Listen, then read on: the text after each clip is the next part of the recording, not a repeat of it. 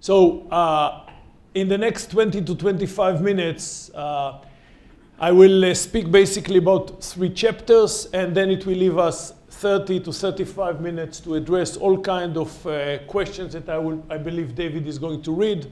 Again, your questions can refer to the presentation or things that were not said here today that has to do with Israel and the Middle East. I'd like to, again, divide my short presentation here into 3 chapters. The first one has to do with the current geopolitical map of the Middle East. This is why we have this slide. The second part will have to do with how this geopolitical regional map is being reflected in the borders around Israel. Then we shall switch to another slide. And the third part will be what lessons does a small and tiny state like Israel learn from what is known as the Arab Spring, or what we call the regional earthquake in Israel. You pick up the names that you want. So let's start with the first chapter, the current geopolitical map of the Middle East. I think it will be fair to say that Israel, which is so small that you need to write the name of the state on the Mediterranean Sea because there isn't enough room to put the name here, unlike Saudi Arabia and Egypt and Iran, is basically facing 4 players, 4 actors in the Middle East currently. And I will go one by one. The first one, which I consider to be the strongest one nowadays, we can speak about it later on during the Q&A. Why do I think it's the strongest one? This is what I call the Shiite radical actor. This actor or group of bunch of states starts with Iran, goes through Iraq, used to be a Sunni state, now a Shiite state. Much of the problems of what we see around Iraq is because Iraq under Saddam Hussein used to be a Sunni state. Nowadays it is being controlled by the Shiite. Going through Syria. Obviously, when we speak about Syria, we have to say that we are talking about the regime, the administration, the Assad regime, those who are known to be Alawites. The Alawites are not exactly Shiites, but they are closer religiously to the Shiites than to the Sunnis. And this Shiite arch that again start with Iran, Iraq, Syria ends up in South Lebanon with a proxy, with a non-state actor known as Hezbollah.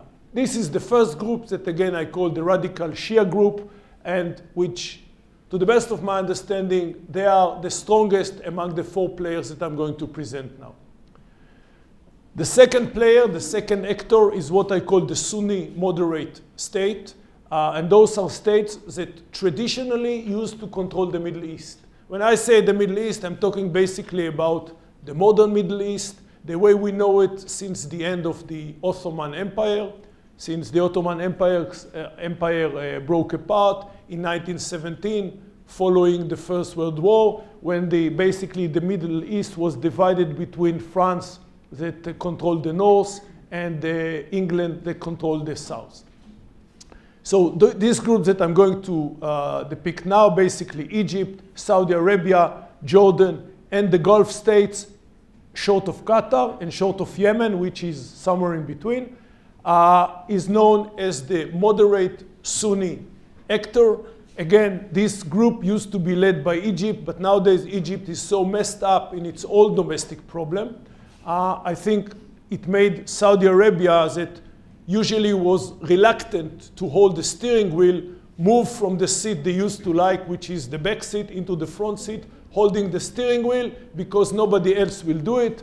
Jordan is another member of this group, but it's not as strong as Egypt and Saudi Arabia. And again, most of the Gulf states, short of Qatar, will come to Qatar in a second.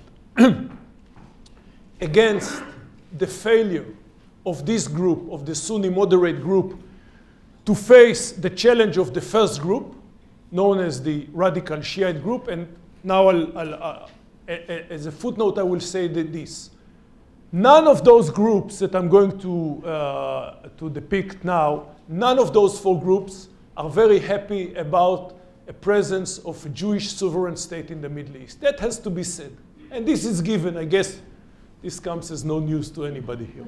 The fact that there is a Jewish sovereign entity here doesn't please none of those four groups. However, the tension, traditionally, and politically, and religiously, between the Shiite and the Sunnis is stronger than the tension that those groups has towards the Jewish state. That has to be said. And this is something which is not very much familiar in the West.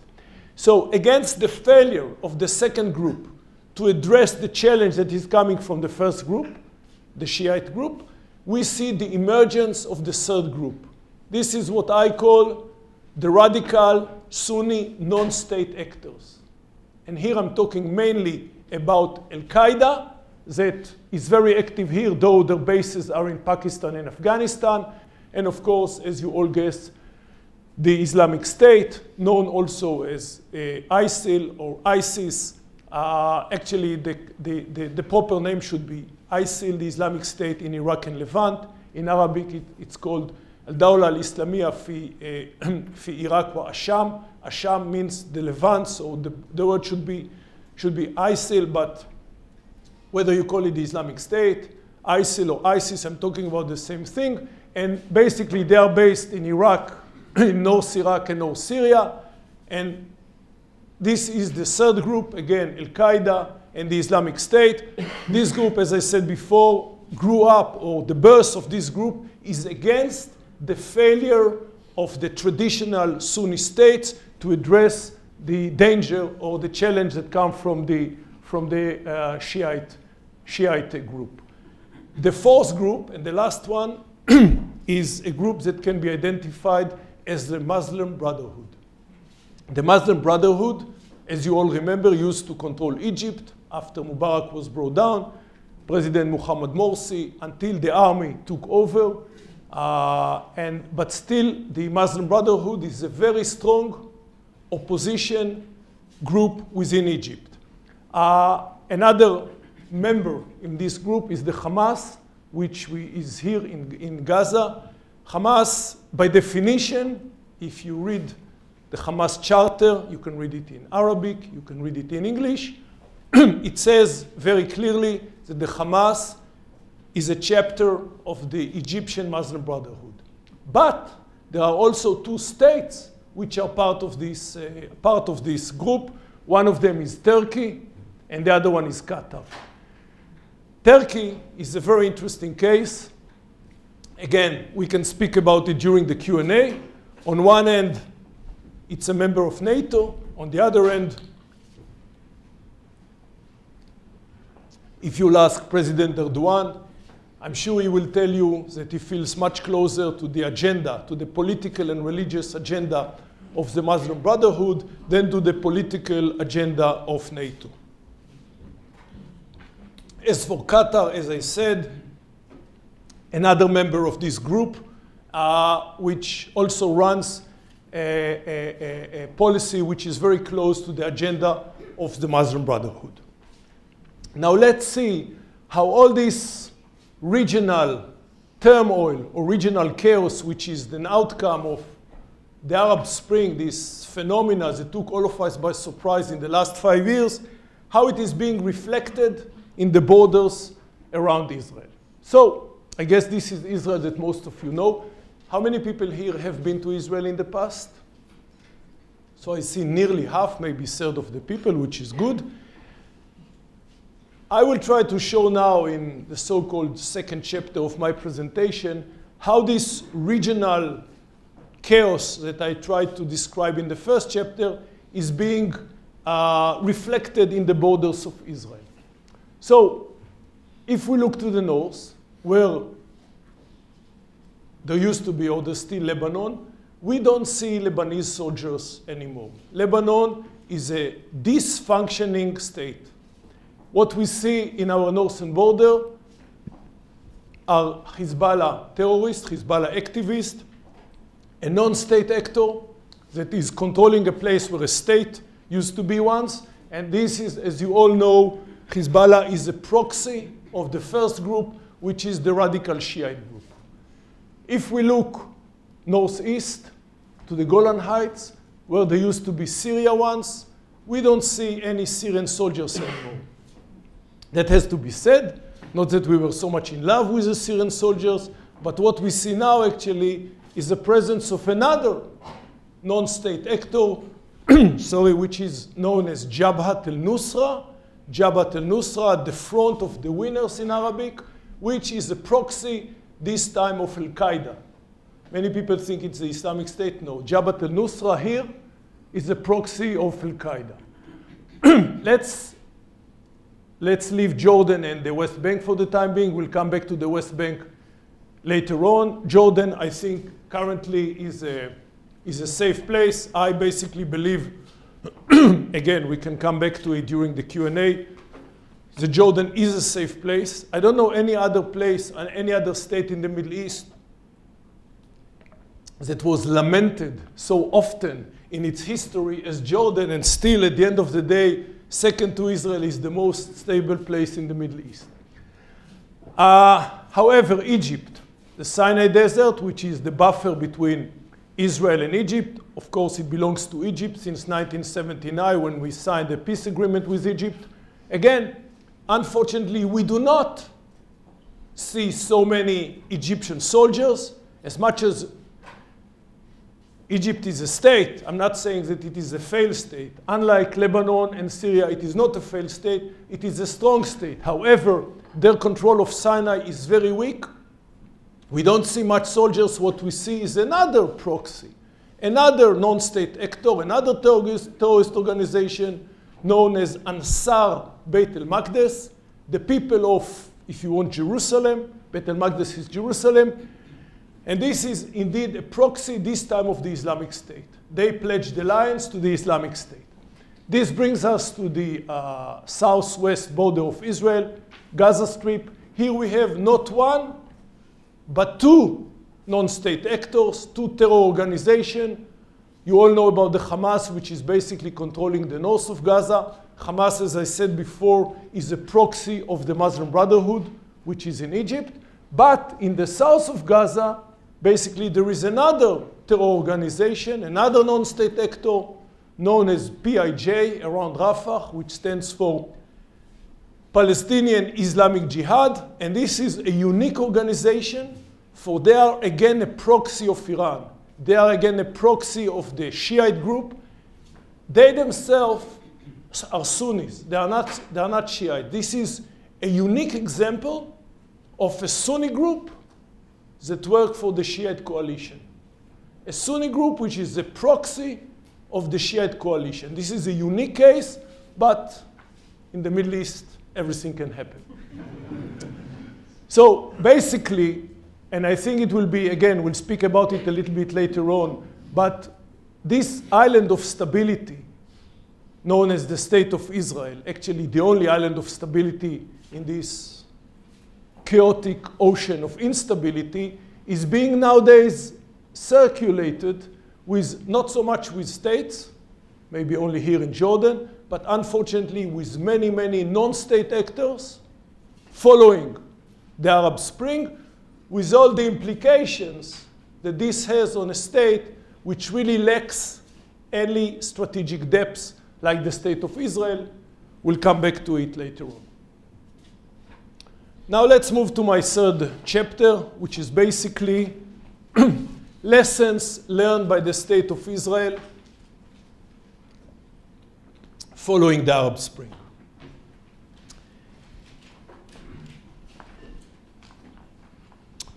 I think the first lesson, and those of you who are students might find it interesting, is modesty. Many people speak here about the ability of the Israeli intelligence to know what is happening on the other side of the border. Ladies and gentlemen, there is only that much that we know. The Arab Spring took all of us, intelligence sources, intelligence units, academy, not only in the West, also in the East, took everybody by surprise.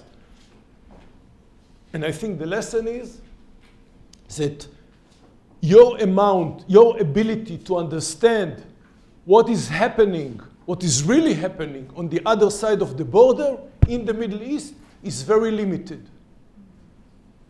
And the implication of this is that in a place that has such a limited strategic depth, between the Green Line and the Mediterranean, you have 9 miles. Let me just, when you speak about strategic depths, I want to bring this map, which basically compares Israel and Illinois. Israel, it's hard to see, but it's about 10,000 square miles. Illinois is nearly 60,000 square miles. So the state of Illinois is 6 times bigger than the state of Israel. And the areas that I cover as an Israeli Consul General in the Midwest is 90 times bigger than the state of Israel. So when you have such a small state with 0 strategic depth, again, 9 miles between the Green Line and the sea, mistakes, if you make, might be your last mistake. And as I said before, the assumption that we had once that we can always know from Israel or from Washington what is happening in this part of the world, I think this assumption, everybody knows now that it's not true. Second lesson for Israel. There are only 3, so don't be frustrated. In Israel, we divide everything to 3. Lecture has 3 parts. The third part has 3 parts. So the second lesson, and this has to do with the Palestinian conflict. If you thought that I'm going to finish the presentation without it, then rest assured I'm not. For too long, people thought that the only reason, or even the main reason for all the Middle East problems has to do with the Palestinian issue. The Palestinian conflict and Israel were taken, mainly Israel, as a scapegoat by Arab leaders for putting all the blames for all their malfunctioning, for all their very poor leadership. Instead of looking at the mirror and addressing the challenges, they used Israel as a scapegoat. They said, if Israel is not there, everything is going to be great. I think nowadays, I don't even have to rest this case. Everybody understands. And by the way, let me be very clear. I believe that the Palestinian conflict should be addressed. There's no doubt about it. But my point is that the argument that all the problems of the Middle East are leaning on the Palestinian issue or are leaning on the shoulders of Israel, I don't believe anybody would make this argument nowadays. It's quite clear now after 4 or 5 years of, I keep calling it Arab Spring, but you and I understand that it's not exactly a spring, that there are very deep challenges and problems within the Arab world. Actually, nowadays, very few of the 22 members of the Arab League are functioning as the modern state nations. Actually, what we see now is a major failure of the Arab nation state. And the last lesson is as follows. As much as we would like to work with the international community, Israel was based against the United Nations resolution, the partition plan, and the international recognition is extremely important for us. But when the day will come, if it will come, that we will need to protect ourselves as we did in so many conventional wars and non-conventional confrontations, Israel should have the ability to defend itself. Again, we work very closely with the international community. But when the day will come that we will need to fight for our survival, for our future, for our being there as a state, we should have the ability to do so. We look around and we see too many states that didn't have the ability to do so, and the international community really didn't do much to save them. Much of this ability has to do also with our very strong partnership with the United States.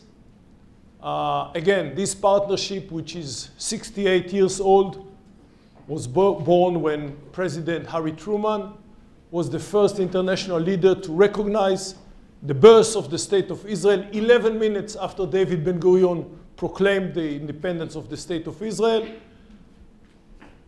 This partnership got a boost during the time of President Kennedy, President Lyndon Johnson, but I think nowadays, against the chaotic picture that I've depicted here, where really states and traditional allies of the United States in Egypt, Saudi Arabia, Qatar, Bahrain, Turkey are falling apart, it's clear that within this ocean of instability, there is only one island of stability. Island that shares with the United States not only many moral values, I don't think there is a need here to go through all of them, minorities' rights, women's rights, opposition rights, media, everything, but also, and nowadays more than ever, a lot of common strategic goals. So with this, my friends, I hope I left you with enough food for thought, and I would welcome any questions that you would like to ask in writing or whatever other way David will choose, whether those questions will address things that I said here or things I didn't say here and has to do with the State of Israel. I thank you very much.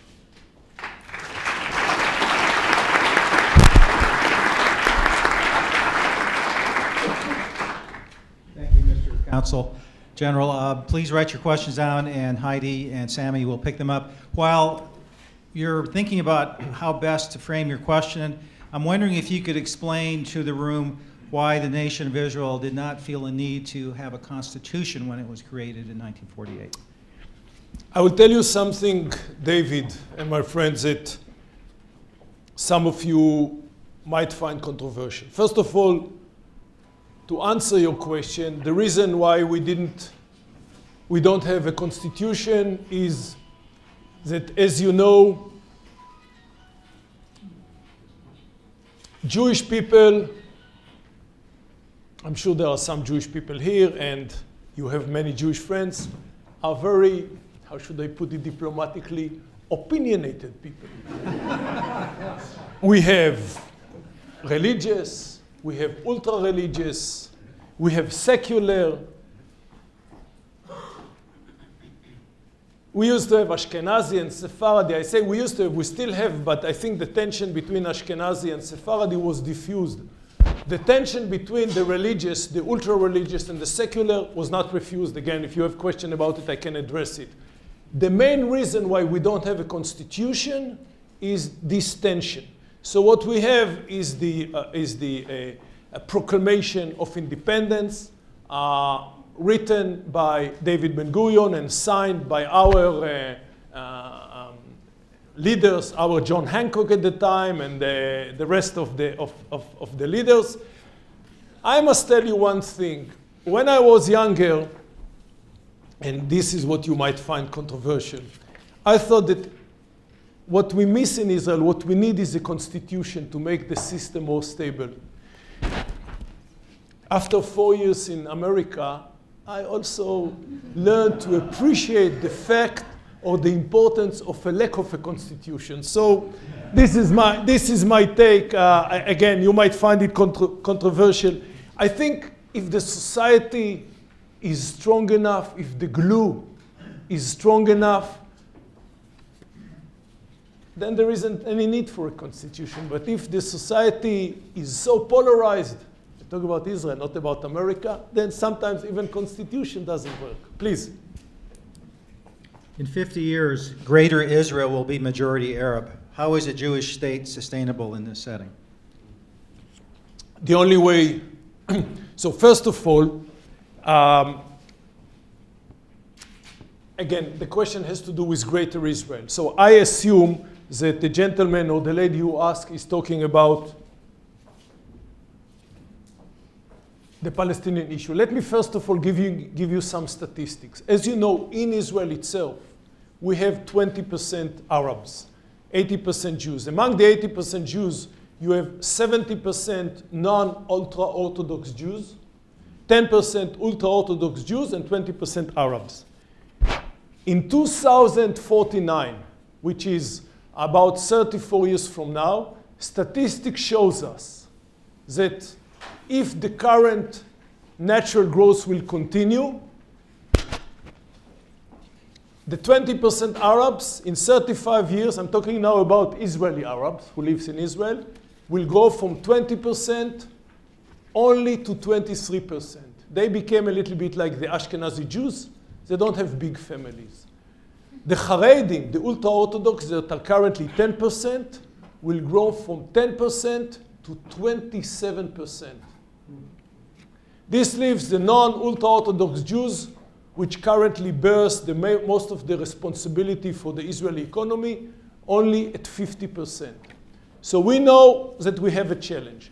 But I assume the gentleman spoke, or the lady who asked spoke also about the Palestinian issue.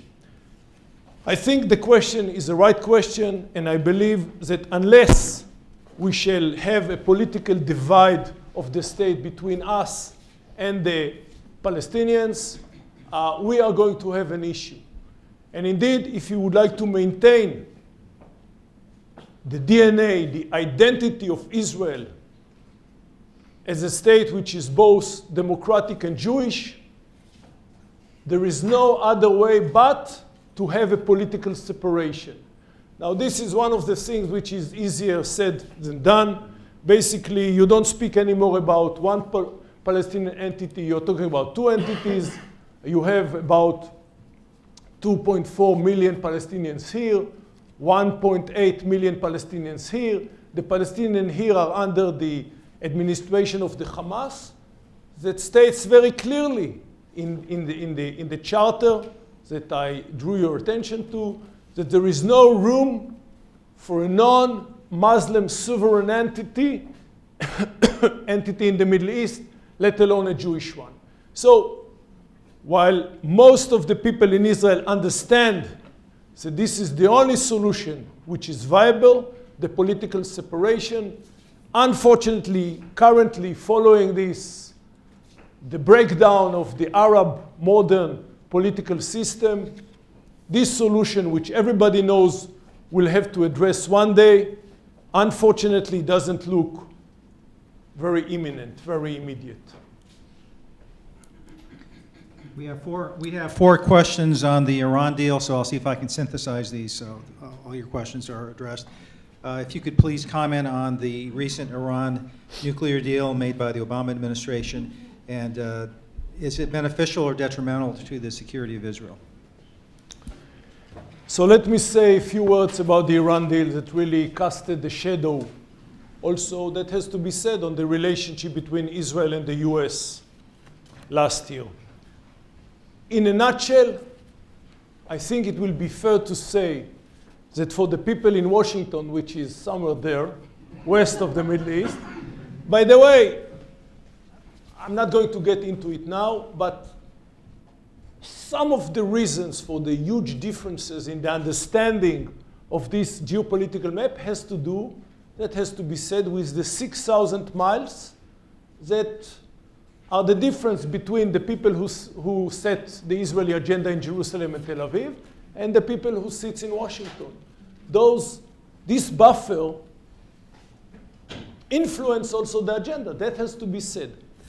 Specifically, as for Iran, I think while in Israel or while in Washington, Iran is considered to be part of the solution, we in Israel, and by the way, here, I think it's the same understanding in Saudi Arabia, in Egypt, and most of the states that live here just across the Gulf. Iran is considered to be part of the problem. And I'm not talking only about the nuclear portfolio. I'm talking their ballistic missiles portfolio. I think it's quite clear now that Iran is testing the international community as much as they are trying to follow the language and the letters and the dots of the JCPOA, the Iran agreement. At the same time, they are challenging the international community by launching time after time, not once, twice, ballistic missiles against their commitment. The regional involvement, another portfolio. In Syria, we spoke about it. In Yemen, in Bahrain, wherever they can, and wherever there is a Shiite minority, again, in Syria, as I said, those are the Alawite, which are not exactly Shiite, but for the sake of the argument, they are. In Yemen, the Houthis, in Bahrain, wherever they can, they will use this minority in order to try to disbalance the state. And the last portfolio, that again, I think as human beings we have to pay attention, is the human right. Their human rights portfolio, as for people in Iran, is devastating. Opposition will go to jail. Homosexuals will be hanged. So I think if you look at Iran also only from the nuclear deal, you'll say, wow, it's great, everything is okay. So first of all, I'm not sure that everything is okay with the Iran deal, with the JCPOA. I think it's better if we'll wait for 10 years or 15 years by the end of the JCPOA, because 15 years in the Midwest might look as a very long time in the Mideast. It's a drop in the ocean. And on top of it, as I said, the other portfolios, the ballistic missiles, the regional involvement, the human rights poor achievements, all these suggest that Iran maybe didn't go through this strategic change that people in Washington would like it to go through.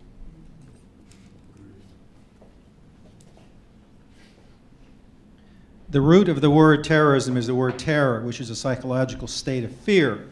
What can the citizens of the United States learn from Israel to not live in a manner always fearful of the next terrorist attack? So that's a very good question. And, you know, being a diplomat for 26 years and 4 years in America, I learned that the worst thing that can happen to a diplomat is if he becomes judgmental. So let me try to be very careful and say the following. Unfortunately, in Israel, we learned how to deal with terror. I think there is a word that you use, agility. Our way to address this challenge, the way that people are vigilant vis-a-vis this challenge, in a way, I don't want to use the word better, but I don't have any other word, different than what you see here. Incidents like San Bernardino, we have day in and day out. That has to be said. Am I proud of it? Am I happy? No, I'm very unhappy. When we'll go back to Israel soon, my daughter will come with us. She's going to be a soldier for 2 years. So obviously, as a father, not as a diplomat, terror is something terrible. That has to be said. Terror, as you know, comes from the word fear. He or she who asked the question has a point. Unfortunately, our history in the last 68 years since we were established as a modern nation state taught us how to deal with it. Now, I'm happy that you are not there, but I think the outcome of incidents like what we had in Boston a few years ago during the Boston Marathon or the San Bernardino, I'm not talking about the 9/11s, which was a mega terror event, but I'm talking about those minor events. I think in Israel, we deal with it in a different way, but the reason why we deal with it in a different way is only because we unfortunately have a lot of experience, and I do not wish you by no means to have the same experience that Israel has in addressing terror. Why does Israel not cite Scripture as a basis for its existence? Excuse me, can you repeat? Sure. Why does Israel not cite Scripture for a basis, or as a basis for its existence?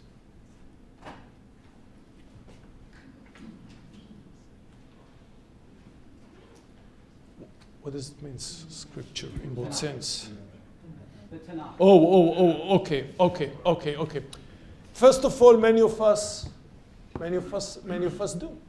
The religious, the ultra-religious in Israel, they lean heavily on the Old Testament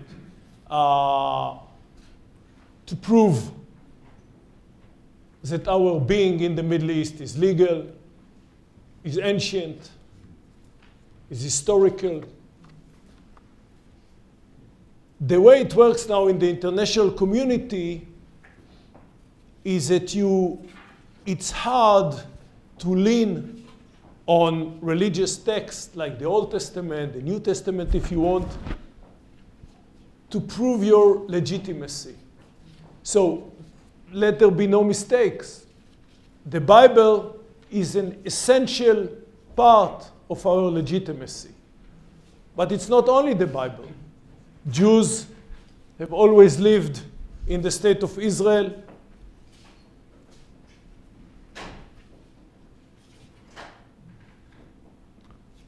Jews have never left the state of Israel, even when the majority of the people were exiled.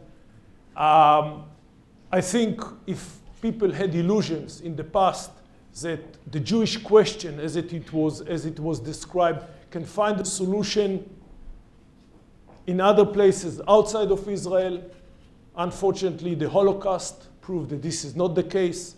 So I would say that the Bible,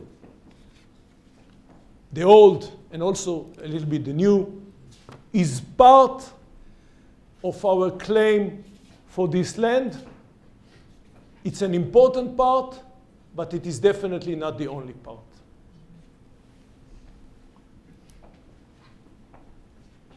How does the potential for escalation in Syria, especially by Russia, influence Israeli security?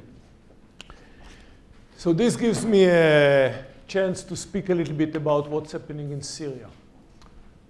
We are being asked often if we don't have a dog in this fight. Basically, there are three parties that are fighting in Syria.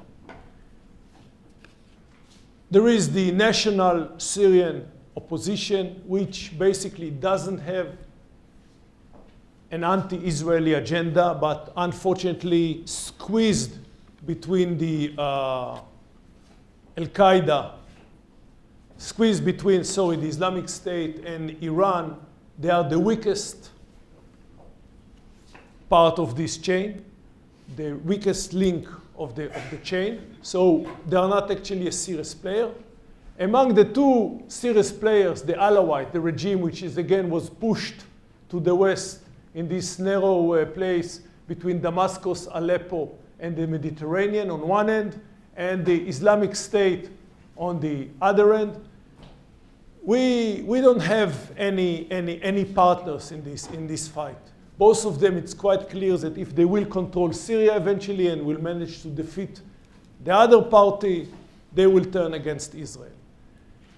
As for the Russian involvement, we don't take sides. I know there is a big argument about it here. I'm not going to get into it. The only thing that we did, first of all, we told everybody who needs to know that our only interest is to make sure that the conflict in Syria doesn't spill to the border. So there are two things that are important for us. That no advanced, no sophisticated weapon will be smuggled from Syria into South Lebanon, into the Hezbollah hands. And if you read every now and then that consignment of advanced weapons was attacked on its way from Syria to South Lebanon, I leave it up to you to guess who is behind it. And the other red lines this is one red line, and the second red line is to make sure that the Jabhat al-Nusra that control the Syrian Golan Heights will not fire into Israel. So this is our only two red lines concerning the conflict in Syria. As for Russia, again, we didn't take, and we're not going to take any public stand against the Russian involvement. Again, I see that here it's a very hot issue. The only thing we made sure is that there will be a tactical coordination between the Russian Air Force and the Israeli Air Force to make sure that whatever happened in the past between Russia and Turkey, when Russian helicopter and airplane, I think, were brought down in this area, such a thing will not happen. So we have tactical coordination with the Russians. As for the rest, we are not taking any stand, just as we are not taking any stand as for this really terrible conflict in Syria, other than those two red lines that I've described here before. How important are Christian groups in the United States to influence policy regarding support of Israel, and how is that support felt in Israel? I think our partnership with Christian groups in the United States, whether you're talking about evangelical, Catholic, Protestants, is extremely important for us. Just as it is important for us to make sure that the support for Israel in the United States will be on both sides of the aisle. So we don't want it, other than making sure that both Republicans and Democrats will understand the importance of Israel to the US. The same goes for the religions. We don't want that only the Jewish minority in the States will support Israel. For us, it's important to say to different Christian groups, evangelical, Catholic, Lutherans, Protestant, and by the way, with some of those smaller churches, we have an issue. We have a challenge with them, with Presbyterian, some of the Lutherans, but we tell them, look at the map of the Middle East. Christians are being slaughtered day in and day out. Iran, Saudi Arabia, Wahhabi state, Egypt. I don't want to be too negative, but Iraq, Syria. The only safe haven for Christians in the Middle East is the state of Israel. At the end of the day, the Judeo-Christian foundation is common to both the United States and the state of Israel. Indeed, as I said before, there are 6,000 miles between Israel and the United States, which is somewhere there. But I think the common denominator between those two states is so strong and so influential that it goes far beyond this strategic interest that I spoke till now. It really goes to the foundation of those two states that have been established against a strong Judeo-Christian foundation, whether you're talking about, again, human rights, women's rights, opposition, the value of families, the value of religion, all those values that are common between Christians and Jews. So I think I've rested my case. Does the occupation of Palestine challenge Israel's claim to be a democracy? I think the answer is yes. It takes us back to a question that was asked before. Obviously, if you're talking about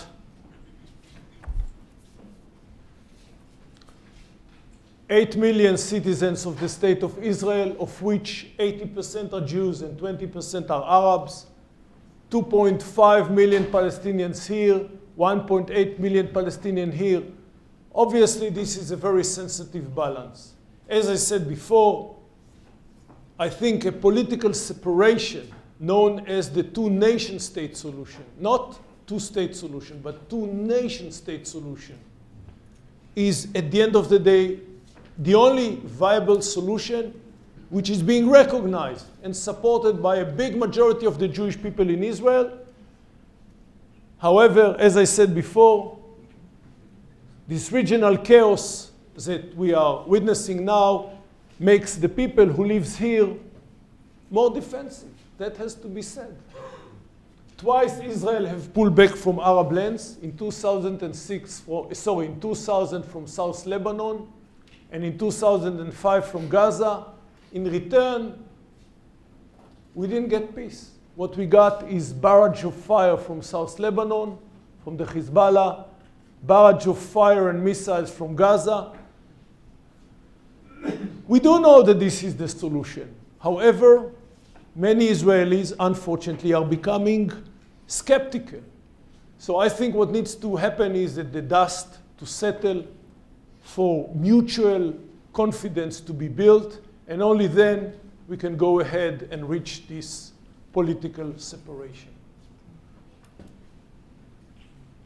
Please speak to the growing anti-Semitic stance of the European Union, France in particular.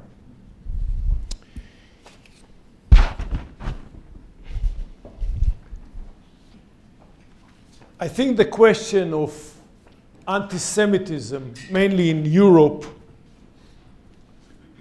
is too wide for me to address in this narrow window of times that I have here. Let me say this. Unfortunately, much of the anti-Semitism in Europe drives from more and more Muslim elements in the continent. That has to be said, mainly in states like France, Belgium, some parts of England. I was an Israeli diplomat in the UK. This doesn't have to be so, but that's what happens actually. Again, as a diplomat, as David said, I lived 4 years in a Muslim state, an Arab state in Jordan. This was maybe no insult to the Midwest, but maybe this was the peak of my career, living among Muslims.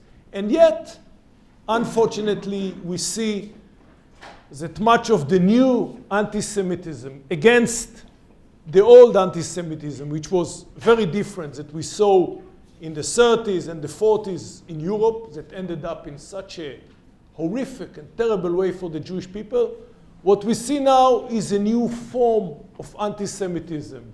Anti-Semitism which is more sophisticated, if I may say so, if it's not contradiction. Anti-Semitism which is more political and less religious. Anti-Semitism which is more influenced by Muslims than by Christians. But at the end of the day, if it sounds, looks, and smells like anti-Semitism, it is anti-Semitism. Please comment on why Jordan is a safe place, or why are they able to stay out of trouble? So academically, since this is, we are in a university, there are some researchers that indicate to the fact that the sovereign entities in the Arab world that have managed to face this regional earthquake, the Arab Spring, in the best way are the kingdoms. Morocco, which is somewhere here, Jordan, Saudi Arabia. By the way, also Bahrain is a kingdom, but I think it's less significant as for them. There are few reasons for that. I think it's easier for Arab opposition or Arab mob to bring down a leader that was not elected, but reached his power through his army career or something else than to bring down a monarch like in Saudi Arabia or Morocco or Jordan that attributes himself to the Prophet, to Prophet Muhammad. All those three kingdoms, Saudi Arabia, Morocco, and Jordan, the house that is ruling the state takes much of its religious legitimacy from the Prophet. In Jordan, I think there are other reasons as well. I think very wise, it's a very weak state, economically, militarily, very strong tensions between East Jordanians and Palestinians. And yet, I think the Hashemite family is an excellent, if I may say, poker player.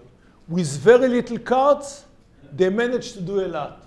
And I think if somebody would like to write a paper about leadership, I think the Jordanian leadership might be a good example for a state that managed to survive with very little assets, if any. Final question, Mr. Consul General, is the hardest one. And since we're in the presidential cycle, I'm sure you can anticipate what that question is. Sir, which U.S. presidential candidates would be the most favorable to the state of Israel? Okay, I will tell you. No, what I will do is, with your permission, I will use it as my concluding remark. So obviously, I'm not going to refer to it. Not because we don't have a preference, but mainly because what is more important for us than the personality or even the name is the place of Israel in the American agenda. This was not an easy year for the relationship between Israel and America. That has to be said. We spoke about it. I think the debate around the Iran deal, known as JCPOA, really, that has to be said, casted a shadow on the relationship. However, as I've depicted here in the last 1 hour, speaking about the common strategic interest, and I didn't speak much about the common or the shared values that both states has.